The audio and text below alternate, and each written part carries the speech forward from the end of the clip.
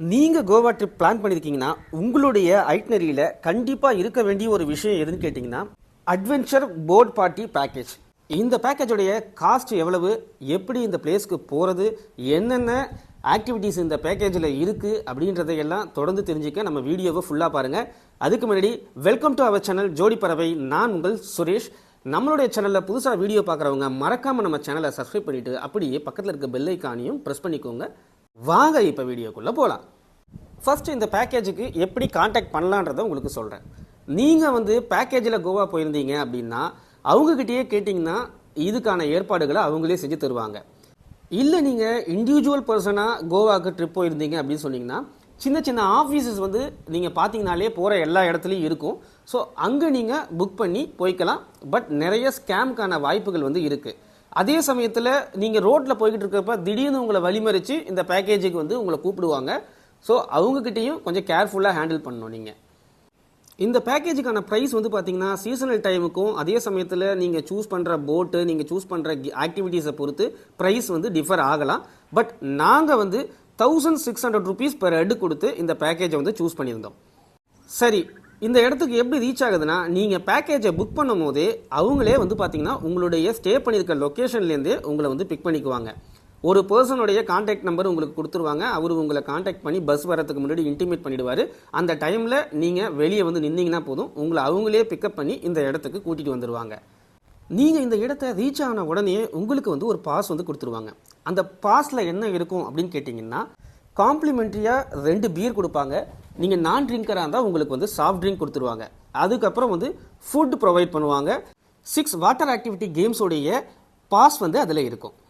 நீங்கள் போட்குள்ளே enter ஆனதுமே DJ மியூசிக்கோட உங்களுக்கு அங்கே ஸ்டார்ட் ஆகும். ஸோ நல்லா டான்ஸ் பண்ணி ஃபன் பண்ணி என்ஜாய் பண்ணிக்கிட்டு இருக்க அதே வேளையில் உங்களுடைய போட்டில் அவங்க ரைட் கூப்பிட்டு போவாங்க. ஒரு அரௌண்டு ஒரு 45 minutes to 1 hour ரைடு உங்களுக்கு இது இருக்கும். அது முடிஞ்சதுக்கப்புறம் உங்களுக்கு போட்டை ஸ்டாப் பண்ணதுக்கப்புறம் அந்த 6 வாட்டர் ஆக்டிவிட்டி கேம்ஸ் ஸ்டார்ட் ஆகும். அதில் ஒன்று பார்த்தீங்கன்னா ஜெட்ஸ்கி. நல்ல ஒரு எக்ஸ்பீரியன்ஸ் ரைடரு உங்களுக்கு சேஃப்டிக்கு எந்த இஷ்யூவும் இல்லாமல் லைஃப் ஜாக்கெட்லாம் இஷ்யூ பண்ணி நல்ல ஒரு த்ரில்லான ரைடு அவர் உங்களுக்கு கொடுப்பாரு. உங்களுக்கு இந்த ரைடு பிடிச்சிருக்கு அப்படின்னா நீங்கள் நிறைய தூரம் போகணும் அப்படின்னா எக்ஸ்ட்ரா காஸ்ட் கேட்பாங்க. கொடுத்தீங்கன்னா உங்களை லாங் டிஸ்டன்ஸுக்கு கூட்டிட்டு வருவாங்க. அந்த அலைகளில் பாஞ்சி போகிறப்ப அவ்வளோ த்ரில்லாக இருக்கும். அடுத்த ரைடு உங்களுக்கு ஸ்பீட் போட்டு. இதில் 7 பேர் வரைக்கும் நீங்கள் பயணிக்கலாம். ஸோ நீங்கள் ஒரு 7 பேர் கொண்ட குழுவாக உங்களை கூட்டிகிட்டு போயிட்டு இந்த ரைடை கூட்டிகிட்டு விடுவாங்க. உங்களுக்கு இதுலேயும் பார்த்தீங்கன்னா உங்களுக்கு ஒரு குறிப்பிட்ட தூரத்துக்கு மேலே நீங்கள் ட்ராவல் பண்ணணும்னு நினச்சிங்க அப்படின்னா இங்கேயும் எக்ஸ்ட்ரா பைசா நீங்கள் பே பண்ணுற மாதிரி தான் இருக்கும். நாங்கள் போன இடத்துல பார்த்தீங்கன்னா பக்கத்தில் ஒரு தனி தீவே இருந்தது. அந்த தீவுக்கிட்ட எங்களெல்லாம் கூட்டிகிட்டு போயிட்டு வந்தார். அந்த தீவை பற்றியும் அவர் சொன்னார். அது பார்த்தீங்கன்னா ஒரு மன்னருடைய ஆட்சியில் இருந்துதான்.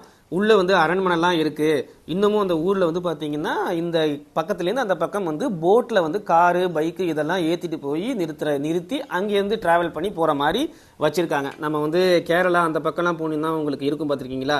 ஸோ அந்த மாதிரியான ஒரு எஃபெக்டில் இந்த தீவு அமைஞ்சிருக்கு. அடுத்த ரைடாக நம்ம பார்க்க போகிறது பார்த்தீங்கன்னா பங்கி ரைடு. இந்த ரைடில் அந்த பலூன் மேலே நீங்கள் படுத்துக்கிட்டு உங்களுக்கு கையில் பிடிச்சிக்கிறதுக்கு மட்டும் ஒரு பிளேஸ் இருக்கும். நீங்கள் அதை இறுக்கமாக பிடிச்சிக்கிட்டீங்க அப்படின்னு சொன்னீங்கன்னா அவங்க அந்த ஸ்பீட் போட்டில் அதை வேகமாக தரன்னு இழுத்துட்டு போவாங்க. ஒரு குறிப்பிட்ட இடத்துல ஒரு டேர்ன் பண்ணி உங்களை விட்டுருவாரு. அப்போ நீங்கள் ஆல்மோஸ்ட் யாருமே பார்த்தீங்கன்னா டைட்டாக பிடிக்காதவங்க வலிக்கிட்டு தண்ணியில் விழுந்துருவாங்க. அதுக்கப்புறம் அந்த வண்டியில் அவர் ஏற்றிக்கிட்டு வருவார். ஸோ இந்த மாதிரி இருக்கும் இந்த ரைடு.